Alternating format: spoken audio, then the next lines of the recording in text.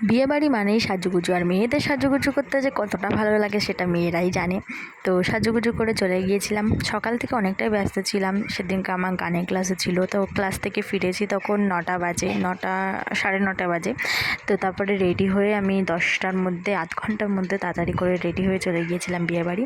তো প্রথমেই গিয়ে আমি খেয়ে নিয়েছিলাম ফুচকা, তারপরে কফি খেলাম। তো তারপরে কিছুক্ষণ বসে টসে সোজা চলে গেলাম মেন কোর্সে। তো এখানে চলে এসেছে বৌদি। সবাই, বাঙালির নিয়মের মধ্যে এটা একটা খুব সুন্দর নিয়ম যে নতুন বউকে সবার পাতে পাতে ঘি ভাত দেওয়া হয়। তো সেটাই দিচ্ছিল বৌদি। তো তারপরে আমরা খেতে শুরু করে দিয়েছিলাম।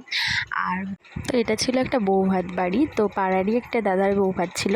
ভিডিওটা রবিবার নাগাদ, মানে আমি শেয়ার করছি তোমাদের সাথে 3-4 দিন পরে। তো অনেক ব্যস্ততার মধ্যে ভিডিওটা এডিট করা হয়নি, তো ওই জন্য তোমাদের সাথে শেয়ার করা হয়নি।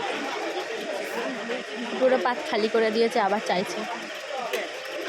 কত খাবি রে, কত খাবি?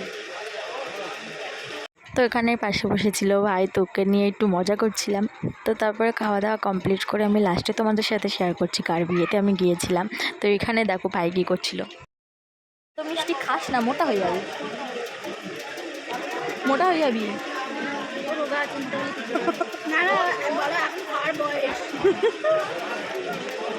ভিডিও ভালো লাগলে লাইক, কমেন্ট, শেয়ার, সাবস্ক্রাইব করে পাশে থেকো।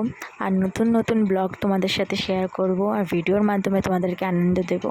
এটা ছিল আমার বউ ভাত বাড়ির লুক। আর এরপরে আমি দেখাচ্ছি দাদা বৌদিকে। তো যাকে দিয়েছিলাম ফটোটা তুলতে, তো সে তো বিশ্ববিখ্যাত ক্যামেরাম্যান। আশা করি ফটোটা দেখে সকলেই বুঝতে পেরেছো।